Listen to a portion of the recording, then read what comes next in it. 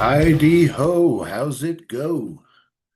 This is the inaugural video for my channel and sort of an experiment to see if I can pull this off.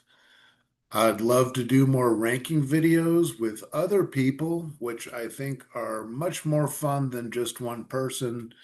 So if you're interested in doing this with me, drop me a line at richlatta@yahoo.com and maybe we can work something out. I would also love to do interviews on this channel and maybe a personal blog as well, but one step at a time. Today I am rating and ranking the five studio albums by The Breeders. The Breeders began as a side project for Kim Deal, bassist for the Pixies, and Tanya Donnelly of the Throwing Muses. Eventually, Tanya left to form her own band, Belly, and the Breeders became Kim's main gig after the Pixies broke up. I was a big fan of the Breeders right from the beginning.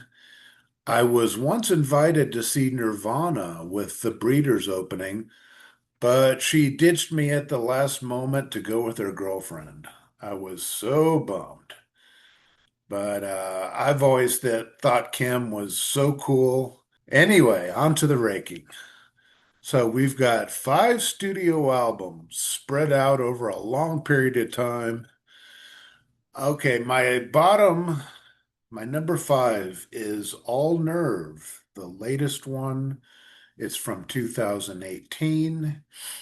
Bassist Josephine Wiggs and drummer Jim McPherson are back, reuniting the lineup that created the legendary Last Splash album. There are some good songs here. The title track is very good, sporting some quiet, loud, quiet dynamics. Same with Space Woman, and I appreciate the spacey background sounds as well. The vocals are a bit monotone on opener Nervous Mary, and I want to like the second track, Wait in the Car, more than I do. Wiggs does the vocals on Metagoth, which is pretty cool. There's some orchestration on Howl at the Summit. The Amon Duel 2 cover, Archangel's Thunderbird, has a cool drum beat, but the song sounds a bit awkward and messy. And the last two tracks don't do a whole lot for me.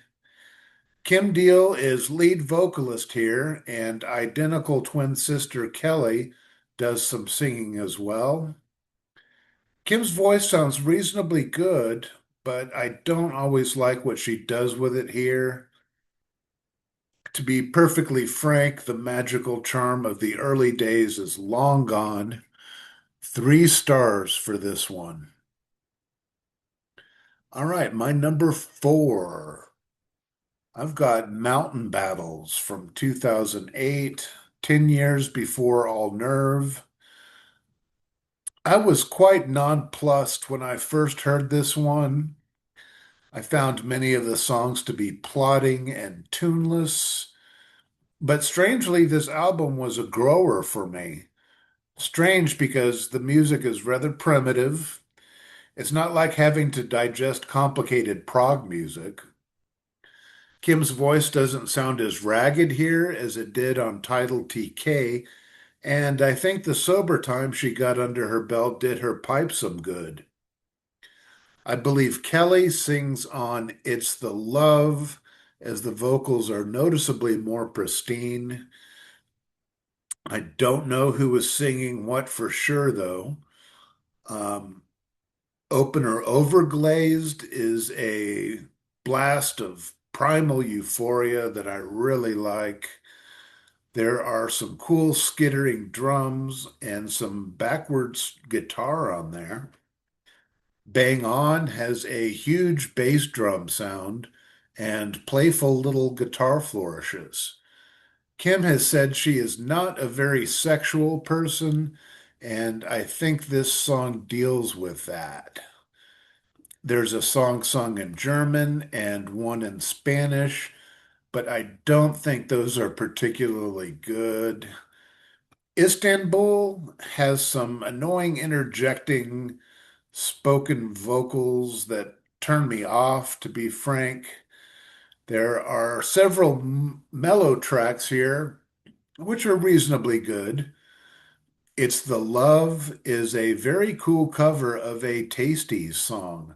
That's a band from their hometown of Dayton, Ohio. The final track is the title track, and it is very weird. It has a droning organ, and it just doesn't go anywhere. After repeated attempts to appreciate it, I have concluded that it's a lame track and it hurts the album considerably. So I'm giving this one 3 stars. It beats All Nerve because it's got a lot more very good songs, but on the whole, it's just okay. All right, my number three is Title TK from 2002. It had been 9 years since previous album Last Splash came out, and a lot changed. Kim Deal still has that super high-pitched little girl voice, but it sounds a bit gravelly now. Only Kim and identical twin sister Kelly are back from the previous lineup. Getting right to the point, most of these songs pass for good, but I'd have to say the magic of those early years is missing by this point. Those early songs are simple, but they're loaded with charm, while the songs on Title TK sound very primitive, but not particularly charming. I hate to say it, but first single Off You is a little boring. Forced to Drive is one of the best songs. It changes and gets heavier in places, and there's a cool little guitar freak out at the end.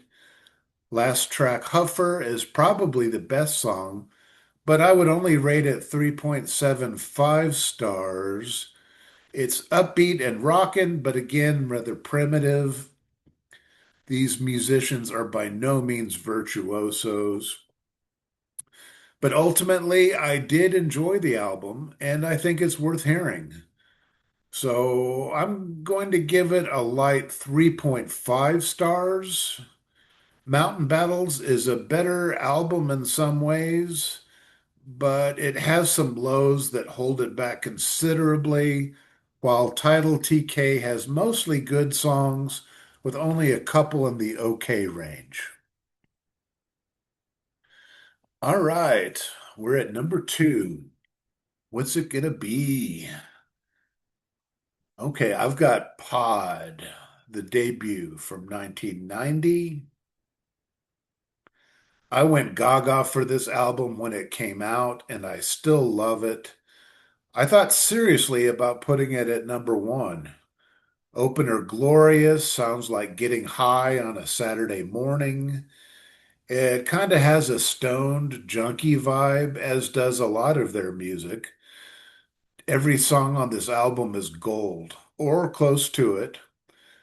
The cover of Happiness is a Warm Gun is explosive, a very creative reinterpretation. I love the mellow song Oh, which sounds blissful but also plaintive thanks to Carrie Bradley's sweet violin. Really cool subject matter. It's sung from the point of view of, I believe it's a ladybug, um, singing to her friends and trying to avoid getting smushed by stomping shoes. The male background vocals are strange and perfect for this song. Several of these other songs deal with sex or love. Only in Threes is about menage a trois. The last track, Metal Man, is great as well. Very strange, and the brief exploding climax is perfect. And speaking of perfect, the lo-fi production of Steve Albini fits these songs so well. Pod is a 5-star album. All right, so that leaves my number one, Last Splash from 1993. Uh, it's also my favorite year in life. Last Splash was a huge hit for the band, thanks especially to the Cannonball single, a very addictive song. But there are loads of other great songs here, more than Pod, which is why it's at number one. They crank up the volume and distortion on a lot of these songs, including the euphoric opener New Year. Do You Love Me Now is a remake of the same song from the Safari EP. You don't want to miss the Safari EP. That might be my actual favorite release. Um, but it's hard to decide which version of Do You Love Me Now is best. I guess I slightly prefer the Safari version, but they're not really different enough for it to matter too much. The last track on side one is called Flipside, an instrumental that provides the perfect intermission between sides. I never knew Divine Hammer was a reference to a penis, but now that it's been pointed out to me, it seems pretty obvious when looking at the lyrics. Such a fun celebratory song. Then you got Hag, Saints, Driving on Nine. So many great songs here. It just had to be number one. It's an alt rock classic.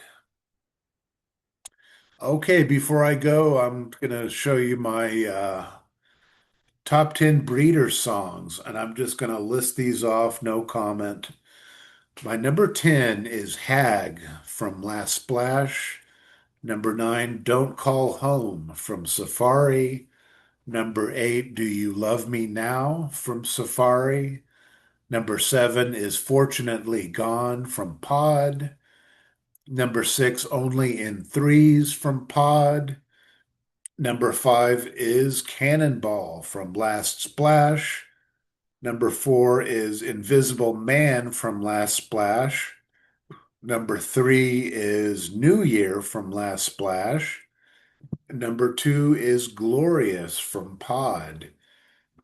And number 1, I'd have to say my favorite Breeder song is Safari, of course, from the Safari EP. So that does it for the Breeders. I hope you enjoyed my little ranking video and hope to see you on more videos in the future. Peace. Have a good one.